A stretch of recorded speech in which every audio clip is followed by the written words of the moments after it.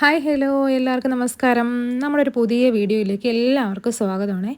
നമ്മളിന്ന് വീഡിയോയിൽ കാണിക്കുന്ന ഒരു ചൂര അച്ചാറാണ്.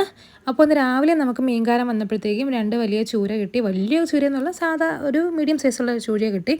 അപ്പോൾ അത് നമ്മൾ കുറച്ച് കറി വെക്കാമെന്നും പറഞ്ഞാണ് വാങ്ങിച്ചത്. പക്ഷേ വാങ്ങിച്ച് കൊണ്ടുവന്നപ്പോൾ ഞാൻ വിചാരിച്ചു എന്നാൽ പിന്നെ ഇച്ചിരി അച്ചാറിട്ട് വെച്ചാൽ നമുക്ക് കുറച്ച് നാൾ വച്ചിരുന്ന് ഉപയോഗിക്കാമല്ലോ. ഞാൻ കിട്ടിയ ഉടനെ അതിനെ അങ്ങ് കണ്ടിച്ച് വൃത്തിയാക്കി എടുത്തു കേട്ടോ. അപ്പം നമ്മൾ അച്ചാറിടാനായിട്ട് അതിൻ്റെ ഫ്ലഷ് എടുത്താലും കുറച്ച് നല്ല മാംസമുള്ള എല്ലും അതിൻ്റെ മീനിൻ്റെ തലയൊക്കെ ഉണ്ടാവുമല്ലോ. അപ്പോൾ അത് വേറെ വെച്ച് പുളിമുളകും കറി വെക്കാമെന്ന് വിചാരിച്ചേ.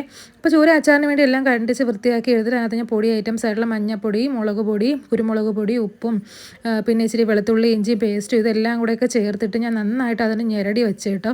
അപ്പോൾ നന്നായിട്ട് ഇളക്കി കൊടുത്തപ്പോഴത്തേക്ക് ആ മുളക് പൊടി ഇച്ചിരി കുറവാന്ന് തോന്നി. പിന്നെ ഇച്ചിരി ഉപ്പൂടെ ഇട്ട് കൊടുത്തിട്ടുണ്ടേ. ഇനി മുളക് പൊടി ഇച്ചിരി കൂടെ വേണമെന്ന് തോന്നിയപ്പോൾ ഇച്ചിരി കൂടെ കാശ്മീരി മുളക് പൊടി കുറച്ചും കൂടെ അങ്ങ് ആഡ് ചെയ്ത് കൊടുത്തിട്ട് നന്നായിട്ട് അങ്ങ് ഇളക്കി യോജിപ്പിച്ചങ്ങ് വെച്ചേ. ഇത് നമ്മൾ ഇളക്കി യോജിപ്പിച്ചിട്ട് നമ്മൾ കുറച്ച് നേരം ഇത് റെസ്റ്റ് ചെയ്യാൻ വെച്ചാൽ അതൊന്ന് നല്ലതായിട്ട് സെറ്റായി വരത്തുള്ളൂ. അപ്പോൾ അതൊന്ന് കുറച്ച് നേരം അങ്ങ് മാറ്റി വെച്ച് അത് ഫ്രൈ ചെയ്യാൻ വേണ്ടിയിട്ട് ഞാനൊരു പാൻ എടുത്ത് അടുപ്പത്ത് വെച്ചിട്ട് വെളിച്ചെണ്ണ ഒഴിച്ച് അത് നല്ലതായിട്ട് ചൂടായപ്പോഴത്തേക്കും നമ്മുടെ ഈ ചൂര കഷ്ണങ്ങൾ മസാല പെട്ടി വെച്ചിരിക്കുന്നത് ഓരോന്നോരോന്നായിട്ട് പറക്കി അതിനകത്ത് ഇട്ട് കൊടുത്തേ.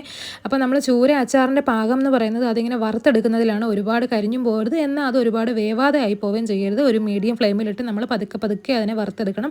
അപ്പോൾ ഞാൻ 2 പാനിലോട്ടാക്കി പെട്ടെന്ന് ഒരുമിച്ച് കിട്ടാൻ വേണ്ടി 2 പാൻ അങ്ങോട്ട് അടുപ്പത്ത് വെച്ച് വറുത്തെടുക്കുവാണ്. അപ്പോൾ ദേ ഈ ഒരു പരുവം നല്ല ചുമന്ന ബ്രൗൺ കളറായിട്ട് വരുമ്പോഴത്തേക്ക് നമ്മളത് മറിച്ചിട്ട് കൊടുക്കണം.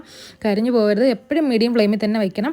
അങ്ങനെ 2 സൈഡിലും ചൂര അതൊന്ന് പൊരിച്ച് ഒന്ന് എടുത്തപ്പോഴത്തേക്ക് പാത്രത്തിലോട്ട് ഞാൻ മാറ്റി എടുത്തേയില്ല. എന്നിട്ട് നമ്മൾ ആ വറുക്കാൻ ഉപയോഗിച്ച എണ്ണ സെയിം എണ്ണ തന്നെയാണ് നമ്മളിതിലേക്ക് എല്ലാം അച്ചാറിടാനായിട്ട് ഉപയോഗിക്കുന്നത്. അപ്പോൾ ആ എണ്ണ എല്ലാം അങ്ങ് ഞാൻ ഒഴിച്ചെടുത്തിട്ട് അതിലേക്ക് കടുക് ഇട്ട് പൊട്ടിച്ച് കുറച്ച് വറ്റൽമുളകും കൂടി ഇട്ടിട്ട് ഞാൻ നന്നായിട്ടൊന്ന് ഇളക്കി കൊടുത്തേ. പിന്നെ അതിലേക്ക് നമ്മൾ കറിവേപ്പിലയും കൂടി ഇട്ട് കൊടുത്തിട്ടുണ്ട്. അപ്പോൾ അതും കൂടെ നന്നായിട്ടൊന്ന് മൂത്ത് വരുമ്പോഴത്തേക്ക് അതിലേക്ക് നമ്മൾ പച്ചമുളകും വെളുത്തുള്ളി ഇഞ്ചിയും ചെറിയ ഉള്ളി അരിഞ്ഞതും വെച്ചിട്ടുണ്ട്. ഒരു പച്ചമുളക് ഇട്ട് നന്നായിട്ട് പച്ചമണം പോകുന്നവരെ ഒന്ന് ഇളക്കി കൊടുക്കുക. അതിനുശേഷം നമ്മളതിലേക്ക് വെളുത്തുള്ളി ഇഞ്ചിയും കൂടെ ചതച്ച് വെച്ചേക്കുന്നത് അങ്ങ് ഇട്ട് കൊടുക്കുക.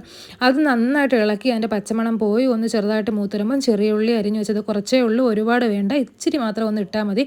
ചെറിയ ഉള്ളി ഇട്ട് അതിൻ്റെ ഉപ്പ് ഇട്ടിട്ട് നന്നായിട്ട് അതിനൊന്ന് ഇളക്കി അതൊന്ന് മൂത്ത് വരണം കേട്ടോ. പച്ചമണക്കം പോയി നന്നായിട്ട് മൂത്തണം. അടച്ചു വെച്ചാൽ പെട്ടെന്ന് അതായിക്കോളും. അപ്പോൾ അതൊന്ന് നന്നായിട്ടൊന്ന് വെന്ത് ആയി വരുമ്പോഴത്തേക്ക് അതിലേക്ക് മഞ്ഞൾപ്പൊടി ഇട്ട് കൊടുക്കുക. പിന്നെ ഇച്ചിരി കുരുമുളക് പൊടി, പിന്നെ ഇച്ചിരി കാശ്മീരി മുളക് പൊടി, അത് 2 ടേബിൾ സ്പൂൺ നന്നായിട്ട് എടുത്തിട്ടുണ്ട്. അതിനുശേഷം വളരെ കുറച്ച് ഇച്ചിരി മല്ലിപ്പൊടി ഇട്ട് കൊടുക്കണം. പിന്നെ നമ്മളെ മെയിൻ ഐറ്റമായിട്ടുള്ള ഇച്ചിരി കായപ്പൊടി ഇട്ട് കൊടുക്കണം. ഒരുപാടായി പോയതൊന്നും നമുക്കൊരു ലോജിക്കലി നമുക്ക് സാധനങ്ങൾ ഇട്ട് കൊടുക്കാവുന്നതാണ്. അതിനുശേഷം ഞാൻ ഇച്ചിരി ഒരു മസാലപ്പൊടി ഇട്ട് കൊടുക്കുക. വളരെ കുറച്ച് ഗരം മസാലയുടെ പൊടിയും കൂടി ഇട്ട് കൊടുത്തിട്ട് നന്നായിട്ട് അങ്ങ് ഇളക്കി യോജിപ്പിക്കണേ. എന്നിട്ട് നമ്മൾ ഇത് കുറേ നാളിരിക്കുന്നുണ്ടെങ്കിൽ നമ്മൾ നല്ലതായിട്ട് വിനാഗിരിയൊക്കെ ആഡ് ചെയ്ത് കൊടുക്കാം. ഞാൻ ഇച്ചിരി പോലും വിനാഗിരിയും കൂടി ഒഴിച്ച് കൊടുക്കുന്നുണ്ട്. കുറേ നാളൊന്നും ഇരിക്കത്തില്ല കേട്ടോ, ഇട്ടുടനെ അതങ്ങ് തീരും. ചൂര അച്ചാർ ഇവിടെ മക്കളുടെ ഫേവറേറ്റ് ആണ്. പിന്നെ നമ്മൾ അതിലേക്ക് ഇച്ചിരി ചൂട് വെള്ളം ഒന്ന് ഒഴിച്ച് കൊടുത്ത് ഒന്ന് ചെറുതായിട്ടൊന്ന് ഗ്രേവി ആക്കിയിട്ട് അതൊന്ന് വറ്റി വരുമ്പോഴത്തേക്ക് ആ വെള്ള അംശമൊക്കെ ഒന്ന് ചെറുതായിട്ടൊന്ന് വറ്റി വരുമ്പോഴത്തേക്ക് നമ്മൾ അതിലേക്ക് ചൂരയുടെ പീസസ് നമ്മൾ ഫ്രൈ ചെയ്ത് വെച്ചിരിക്കുന്നത് അങ്ങ് ഇട്ട് കൊടുത്ത് നന്നായിട്ട് ഇളക്കി അടച്ച് വെച്ച് ഒന്ന് നമ്മളൊന്ന് അതിൻ്റെ ആവിയൊക്കെ കയറി മസാലയൊക്കെ പിടിച്ച് നല്ലതായിട്ട് പരുവത്തിലായി ഡ്രൈ ആയി വരുമ്പോഴത്തേക്കും നമ്മുടെ ചൂര അച്ചാർ റെഡിയാണ് കേട്ടോ. അപ്പോൾ നല്ല ടേസ്റ്റി ആയിട്ടുള്ള കിടിലമാണ്. ഇത് കുറേ നാൾ ഇരിക്കണമെങ്കിൽ നമുക്ക് വച്ചിരുന്ന് ഉപയോഗിക്കാവുന്നതാണ്.